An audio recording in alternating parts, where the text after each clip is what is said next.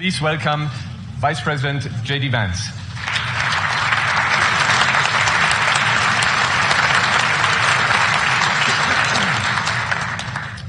Well, thank you, and thanks to all the gathered delegates and luminaries and media professionals, and thanks especially to the host of the Munich Security Conference for being able to put on such an incredible event. We're, of course, thrilled to be here.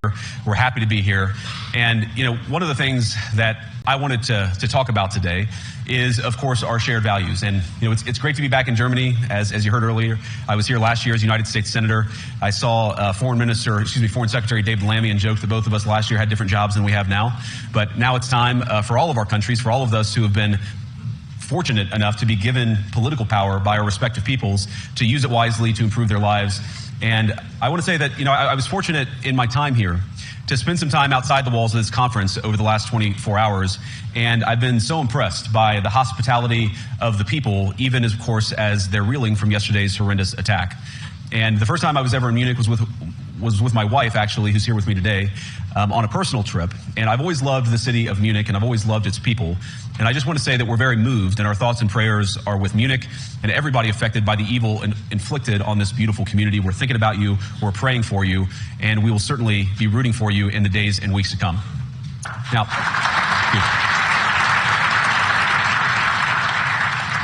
I hope that's not the last bit of applause that I get, but we gather at this conference, of course, to discuss security.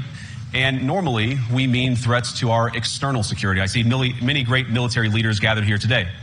But while the Trump administration is very concerned with European security and believes that we can come to a reasonable settlement between Russia and Ukraine, and we also believe that it's important in the coming years for Europe to step up in a big way to provide for its own defense, the threat that I worry the most about vis-a-vis Europe is not Russia, it's not China, it's not any other external actor. And what I worry about is the threat from within, the retreat of Europe from some of its most fundamental values, values shared with the United States of America. Now, I was struck that a former European commissioner went on television recently and sounded delighted that the Romanian government had just annulled an entire election. He warned that if things don't go to plan, the very same thing could happen in Germany too. Now, these cavalier statements are shocking to American ears. For years, we've been told that everything we fund and support is in the name of our shared democratic values. Everything from our Ukraine policy to digital censorship is billed as a defense of democracy. But when we see European courts canceling elections and senior officials threatening to cancel others, we ought to ask whether we're holding ourselves to an appropriately high standard. And I say ourselves because I fundamentally believe that we are on the same team. We must do more than talk about democratic values, we must live them. Now, within living memory of many of you in this room, the Cold War positioned defenders of democracy against much more tyrannical forces on this continent. And consider the side in that fight that censored dissidents, that closed churches, that canceled elections. Were they the good guys? Certainly not. And thank God they lost the Cold War. They lost because they neither valued nor respected all of the extraordinary blessings of liberty. The freedom to surprise, to make mistakes, to invent, to build. As it turns out, you can't mandate innovation or creativity, just as you can't force people what to think, what to feel, or what to believe. And we believe those things are certainly connected. And unfortunately, when I look at Europe today, it's sometimes not so clear what happened to some of the Cold War's winners.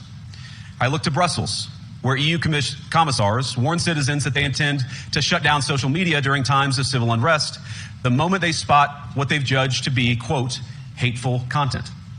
Or to this very country, where police have carried out raids against citizens suspected of posting anti-feminist comments online as part of, quote, combating misogyny on the internet, a day of action. I look to Sweden, where 2 weeks ago the government convicted a Christian activist for participating in Koran burnings that resulted in his friend's murder. And as the judge in his case chillingly noted, Sweden's laws to supposedly protect free expression do not, in fact, grant, and I'm quoting, a free pass to do or say anything without risking offending the group that holds that belief.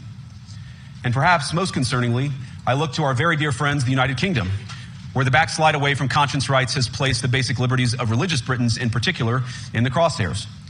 A little over 2 years ago, the British government charged Adam Smith Connor, a 51-year-old physiotherapist and an Army veteran, with the heinous crime of standing 50 meters from an abortion clinic and silently praying for 3 minutes. Not obstructing anyone, not interacting with anyone, just silently praying on his own. And after British law enforcement spotted him and demanded to know what he was praying for, Adam replied simply, it was on behalf of the unborn son he and his former girlfriend had aborted years before. Now, the officers were not moved.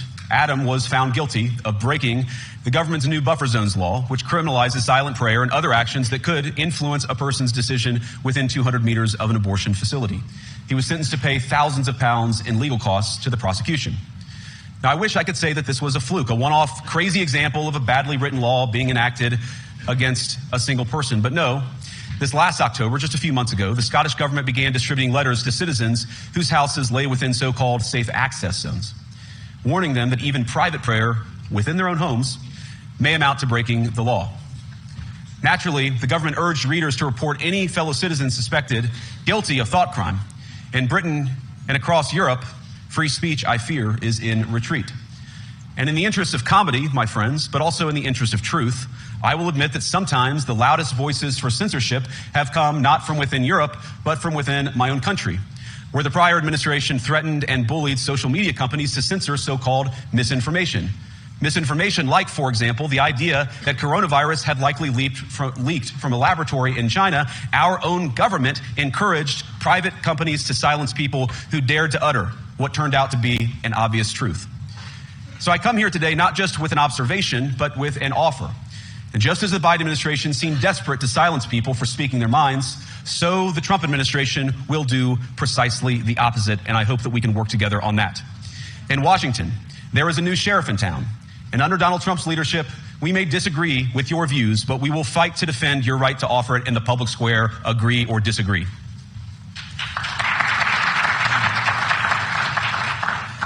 Now, we're at the point, of course, that the situation has gotten so bad that this December, Romania straight up canceled the results of a presidential election based on the flimsy suspicions of an intelligence agency and enormous pressure from its continental neighbors. Now, as I understand it, the argument was that Russian disinformation had infected the Romanian elections. But I'd ask my European friends to have some perspective. You can believe it's wrong for Russia to buy social media advertisements to influence your elections. We certainly do. You can condemn it on the world stage even. But if your democracy can be destroyed with a few $100,000 of digital advertising from a foreign country, then it wasn't very strong to begin with. Now, the good news is that I happen to think your democracies are substantially less brittle than many people apparently fear. And I really do believe that allowing our citizens to speak their mind will make them stronger still. Which, of course, brings us back to Munich, where the organizers of this very conference have banned lawmakers representing populist parties on both the left and the right from participating in these conversations. Now, again, we don't have to agree with everything or anything that people say. But when people represent, when political leaders represent an important constituency, it is incumbent upon us to at least participate in dialogue with them. Now, to many of us on the other side of the Atlantic, it looks more and more like old entrenched interests hiding behind ugly Soviet-era words like misinformation and disinformation, who simply don't like the idea that somebody with an alternative viewpoint might express a different opinion or, God forbid, vote a different way or, even worse, win an election. Now, this is a security conference, and I'm sure you all came here prepared to talk about how exactly you intend to increase defense spending over the next few years in line with some new target. And that's great, because as President Trump has made abundantly clear, he believes that our European friends must play a bigger role in the future of this continent. We don't think, you hear this term, burden sharing, but we think it's an important part of being in a shared alliance together that the Europeans step up while America focuses on areas of the world that are in great danger. But let me also ask you, how will you even begin to think through the kinds of budgeting questions if we don't know what it is that we are defending in the first place? I've heard a lot already in my conversations, and I've had many, many great conversations with many people gathered here in this room. I've heard a lot about what you need to defend yourselves from, and of course that's important. But what has seemed a little bit less clear to me, and certainly I think to many of the citizens of Europe, is what exactly it is that you're defending yourselves for. What is the positive vision that animates this shared security compact that we all believe is so important? And I believe deeply that there is no security if you are afraid of the voices, the opinions, and the conscience that guide your very own people.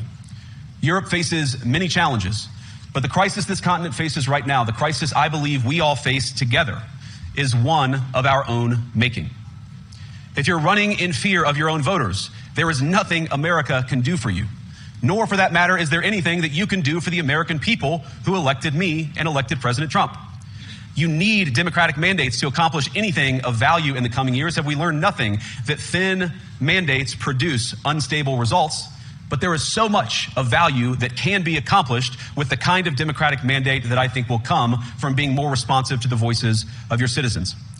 If you're going to enjoy competitive economies, if you're going to enjoy affordable energy and secure supply chains, then you need mandates to govern, because you have to make difficult choices to enjoy all of these things. And of course, we know that very well in America. You cannot win a democratic mandate by censoring your opponents or putting them in jail, whether that's the leader of the opposition, a humble Christian praying in her own home, or a journalist trying to report the news.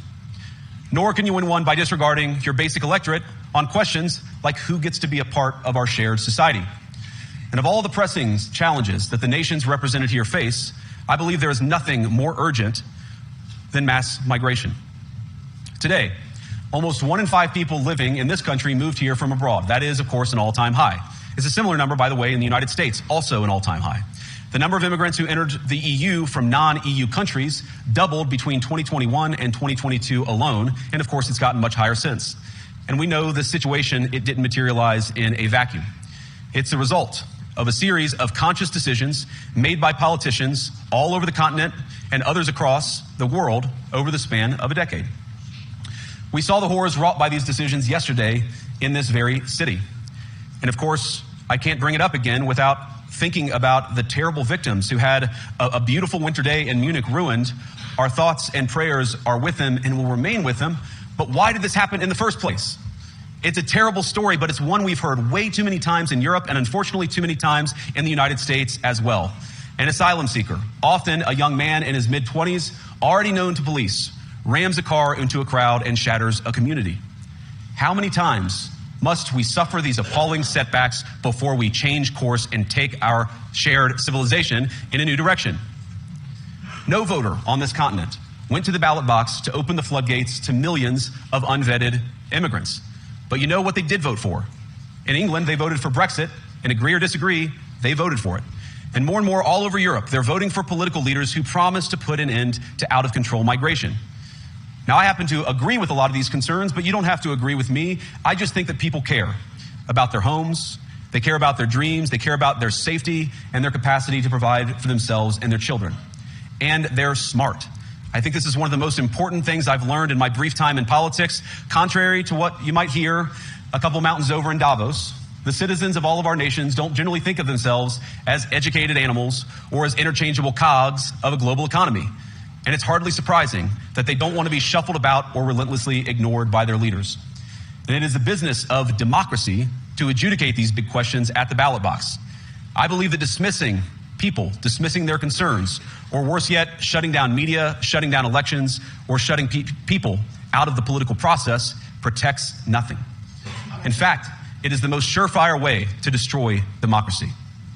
And speaking up and expressing opinions isn't election interference.